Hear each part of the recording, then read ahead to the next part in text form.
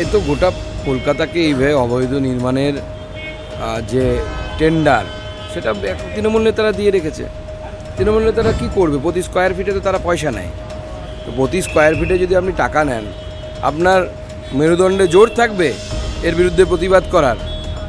আজকে ভাঙছে, 30 বছর পর আরও প্রচুর বাড়ি ভাঙবে। এখন একটা দুটো করে ভাঙছে।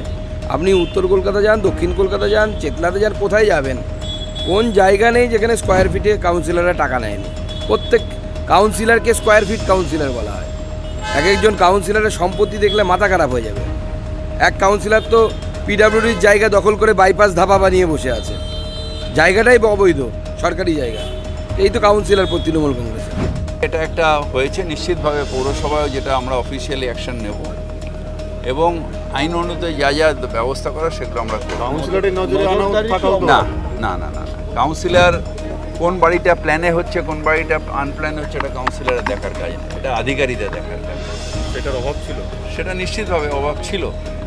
নাহলে একটা হচ্ছে কি করে, তার নোটিশ হলো না কেন, থানায় ডায়েরি হলো না কেন? নিশ্চিতভাবে আমাদের নজরদারি বাড়াতে হবে এবং এখন কেন করছে এটা আমার কাছে একটা আশ্চর্য। কারণ এত সুবিধা আমি করে দিয়েছি, এখন ইল্লিগাল করার দরকার নেই। যেগুলো এখন ইল্লিগাল অবস্থায় রয়েছে সেগুলো নিশ্চিত অ্যাকশন নিতে হবে আমাদের। সুতরাং এটার সমাধান সূত্র হচ্ছে যে প্রশাসনকে আরও স্ট্রিক্ট হতে হবে।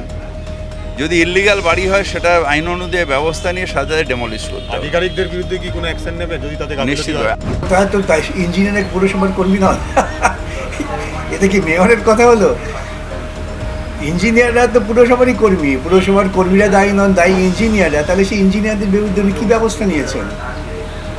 এবং এই যদি ধরেও নিই, আবারও যদি ধরে নিই যে বাম আমলেই এটা হয়েছিল, তো 2010 থেকে তো বাম নেই, 2024, এই 14 বছরে তারা কি করেছেন? ঘুমিয়েছেন। তাই 14 বছরে নিঃসন্দেহে তৃণমূলের কাউন্সিলর ওখান থেকে কাটমানি খেয়েছেন।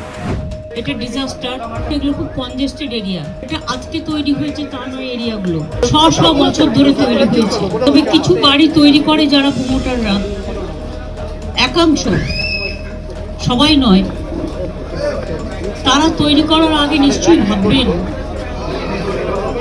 তার আশেপাশে যে গরিব মানুষগুলো আছে তাদের যাতে কোনো ক্ষতি না হয়, বাড়িটা যাতে আইনত সেটা স্বীকৃতি কিনা, অফিসিয়াল পারমিশন পেয়েছে কিনা, সেটার ওপরও নির্ভর করে। আমি মেয়রকে জিজ্ঞেস করছিলাম যেটা অফিসিয়াল পারমিশন দিয়েছে কিনা, ও বললো না। এগুলো সমস্তই বেআইনি কিছু কিছু হয়। যে ঘটনাটা ঘটেছে অত্যন্ত দুঃখজনক, দুর্ভাগ্যজনক এবং বেদনাদায়ক। আমি মনে করি রাজনীতি করা উচিত নয়, কারণ মানুষের প্রাণের থেকে বেশি গুরুত্বপূর্ণ বা বেশি ইম্পর্টেন্ট আমাদের এই সমাজে আর কিছু নয়। আমি তাই অনুরোধ করবো যে রাজনীতি 48 ঘন্টা পরেও হবে।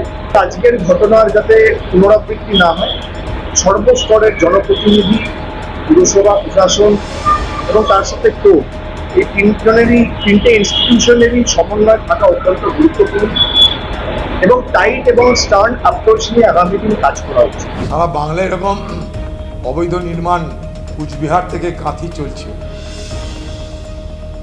গোটা কলকাতা তো কনক্রিটের জঙ্গলে রূপান্তরিত করেই দিয়েছে। আমি খুব দায়িত্ব নিয়ে বলতে পারি যে ওয়াকফের কোটি কোটি টাকা লুট হয়েছে কলকাতায়, ওয়াকফ সম্পত্তি। তদন্ত হোক, দেখতে পাবেন এগুলো সব। নিয়ম কানুন কিছু মানা হয় না, শুধু পয়সা দিলে সব কাজ হয়। পয়সা ফেকো, তামাশা দেখো, এটা হচ্ছে কলকাতা পুরসভা। দুঃখজনক একটা ব্যাপার। আমার মনে হয় কি সবাইকে সচেতন থাকা উচিত, সরকারের কড়া পদক্ষেপ নেওয়া উচিত এবং যারা যারা দোষী তাদের শাস্তি দেওয়া উচিত। সিম্পল। এরকম যেন আর দুর্ঘটনা যাতে না হয়।